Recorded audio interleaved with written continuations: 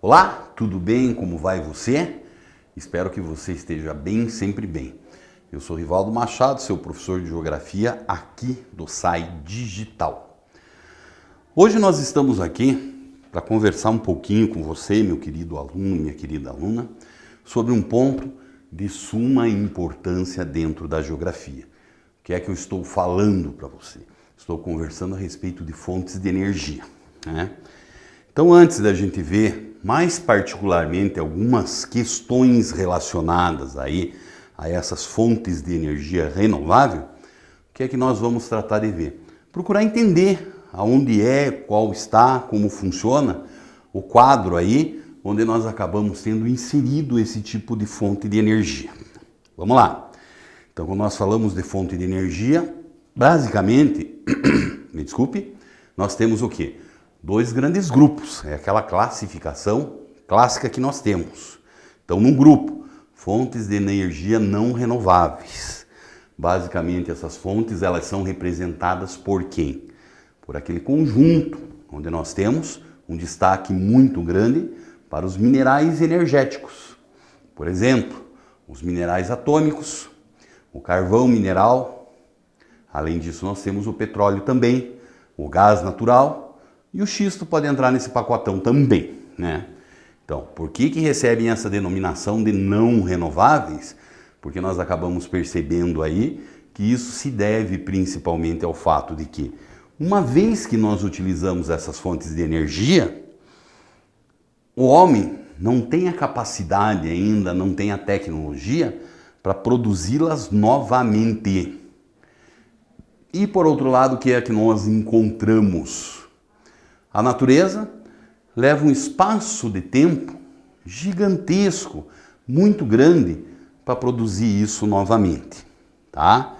Então, e uma outra característica muito importante aí diz respeito à questão de impactos ambientais. As fontes de energia não renováveis, elas acabam gerando, na maior parte das vezes, é quase que uma regra aí, um impacto ambiental muito grande e muito significativo, certo?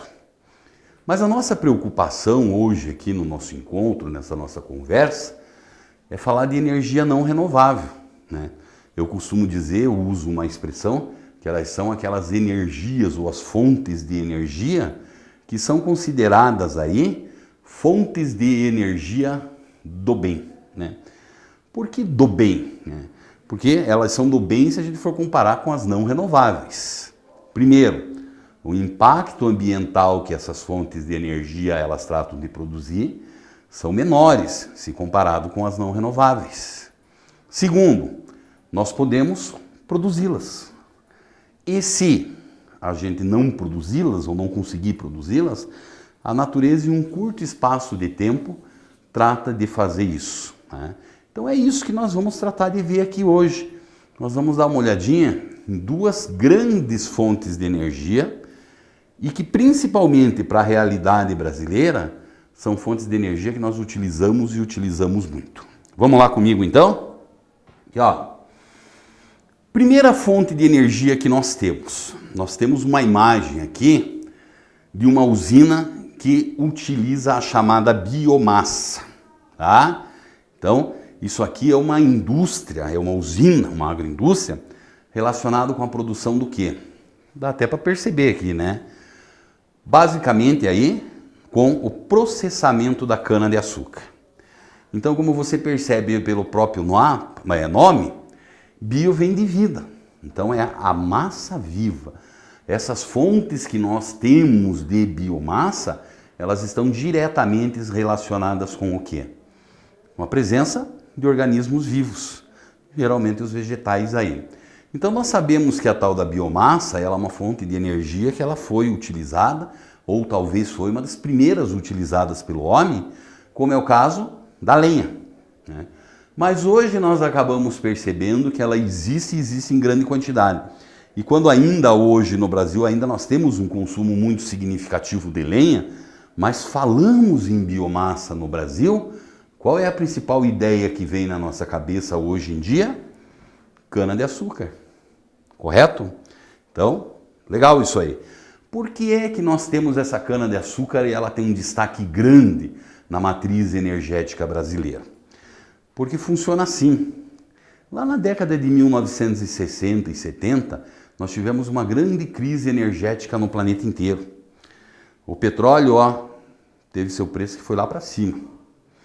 Diversos países do mundo procuraram alternativas para isso. No caso brasileiro, a gente, para diminuir o consumo de petróleo e principalmente da gasolina, que era muito caro para importar, nós desenvolvemos uma tecnologia.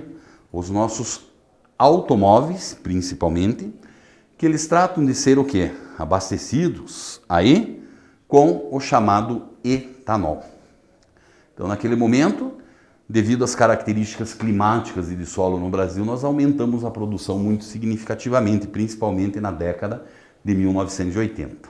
Bom, década de 1990, o que nós acabamos encontrando? O preço do petróleo cai e, basicamente, a gente meio que abandona esse programa nacional chamado de Proálcool. Só que, já no final da década de 90 e início desse século XXI, mais uma vez os preços do petróleo eles dispararam, você me desculpe. E com isso nós tratamos de fazer o quê? Mais uma vez nós voltamos a investir. A biomassa, e no caso brasileiro a cana-de-açúcar, ela é uma fonte de energia muito legal, muito significativa. Principalmente no que diz aos aspectos econômicos. Nós produzimos, nós temos clima legal e nós temos disponibilidade de terras férteis no Brasil. Somado a isso, o que é que nós encontramos aí? Somado a isso, nós acabamos encontrando também que, em questão ambiental, é muito melhor que o petróleo. Por quê? Porque quando os automóveis vão lá tratar de consumir o álcool, eles emitem poluentes também. Mas a cana-de-açúcar, para ser produzida novamente, ela vai tratar de retirar parte dessa poluição, que você deve lembrar muito bem que num passado aí, você já estudou o processo de fotossíntese, né? Então é assim que funciona. Viável e extremamente viável, e o Brasil é o maior produtor nacional que nós temos aí.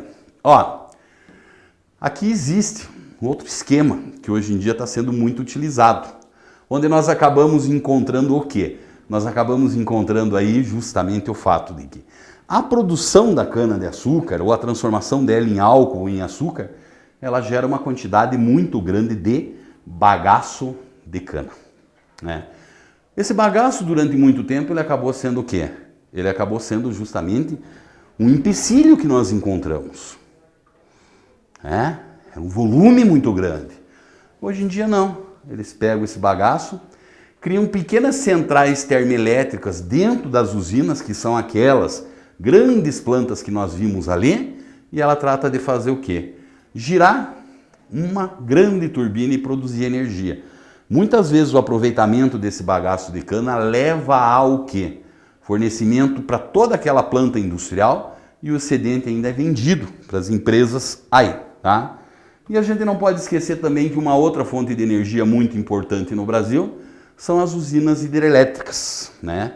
A maior parte da nossa energia elétrica ela é produzida a partir dessas usinas aí. Tudo bem? Por que nós temos esse grande potencial no Brasil? Por duas razões muito simples.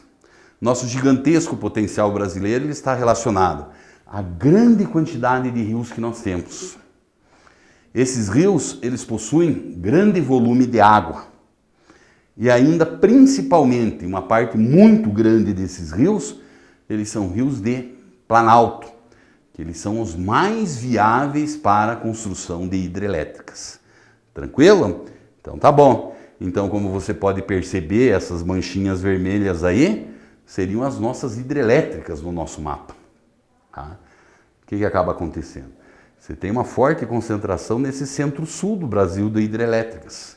Por conta de quê? Por conta que aqui existe o maior consumo. E daí nós acabamos encontrando o quê? Nós acabamos encontrando que existe, por exemplo, um gigantesco potencial de produção de energia elétrica na região norte do Brasil, na região da Amazônia, né? Apesar que não se produz muito, porque essa energia elétrica aí, ela vai ter uma característica muito importante. O ideal é que você trate de produzir quanto mais próximo do consumo, porque daí você o quê? Diminui os investimentos que são feitos nas grandes redes de transmissão, tá?